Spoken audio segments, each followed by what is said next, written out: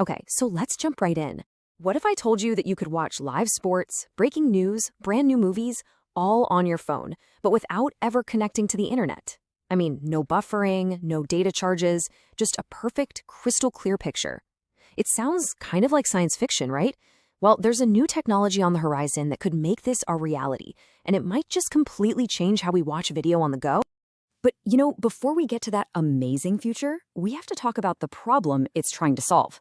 And it's a problem we all know. We've all been there, right? You're glued to your phone, you're watching the final seconds of a championship game, and right at that crucial moment, the screen just freezes. Yep, welcome to the internet's traffic jam. It is unbelievably frustrating, but why does it actually happen? The easy answer, of course, is that millions of other people are watching at the exact same time. But the real reason? It's much deeper than that. It's baked into the very design of how our mobile internet works. So here's the thing.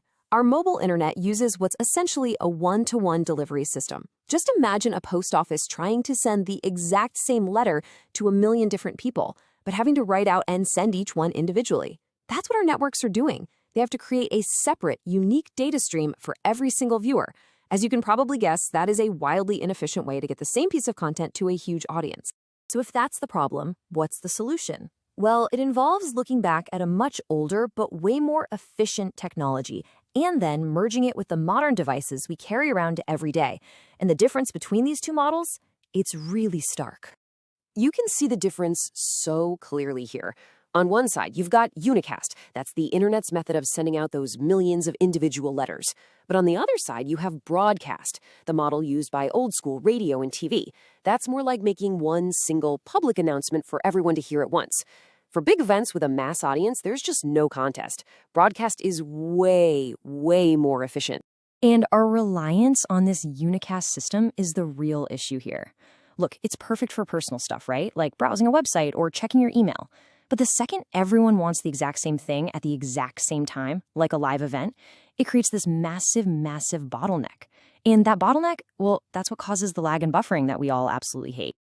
Okay, but what if you could take the raw power of broadcasting and combine it with that personal device you have in your pocket?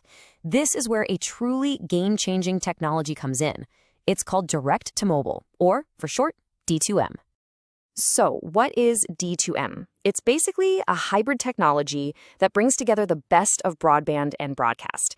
It allows media to be sent over the airwaves directly to your phone, completely bypassing those congested mobile networks. No Wi-Fi, no 5G connection needed for that specific content.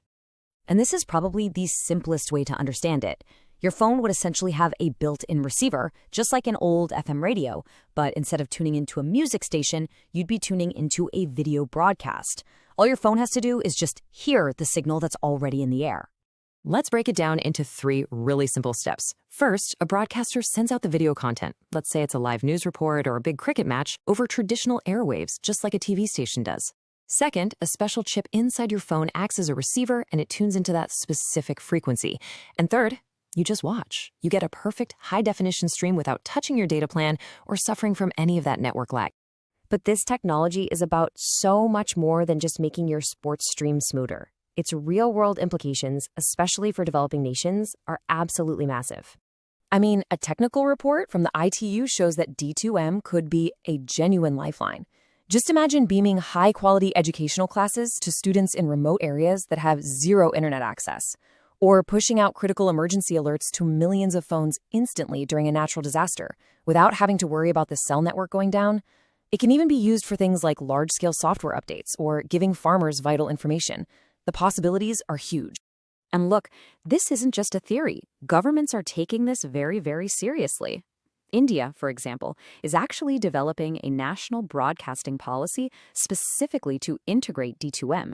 Their goal is something they call inclusive connectivity, using broadcast to reach everyone, even people who can't afford expensive internet data. And if you want to understand the sheer scale of the challenge this could solve, just look at this number. In India alone, there are over 100 million households that are considered TV dark. That means they don't have access to television services. D2M could just leapfrog that whole infrastructure gap and deliver content directly to the one device almost everyone has, their mobile phone.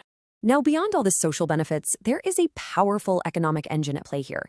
This chart shows the projected revenue growth in broadcast-based digital services, and it's massive. And that economic incentive is absolutely crucial. It's what will drive companies and governments to actually invest in building out this entire DDM ecosystem, from the broadcasters all the way to the people who make the chips for our phones. So what this all really points to is a fundamental shift in how we think about our devices. We've always thought of our phones as these portals to the internet, right? But D2M technology could give them a second life as powerful, modern broadcast receivers. Which leaves us with a pretty fascinating question to think about. When it comes to delivering mass content to millions of people all at once, we might be moving towards a future that looks a lot more like old-school television than the internet we know today. A future where the most popular content isn't streamed at all, it's broadcast.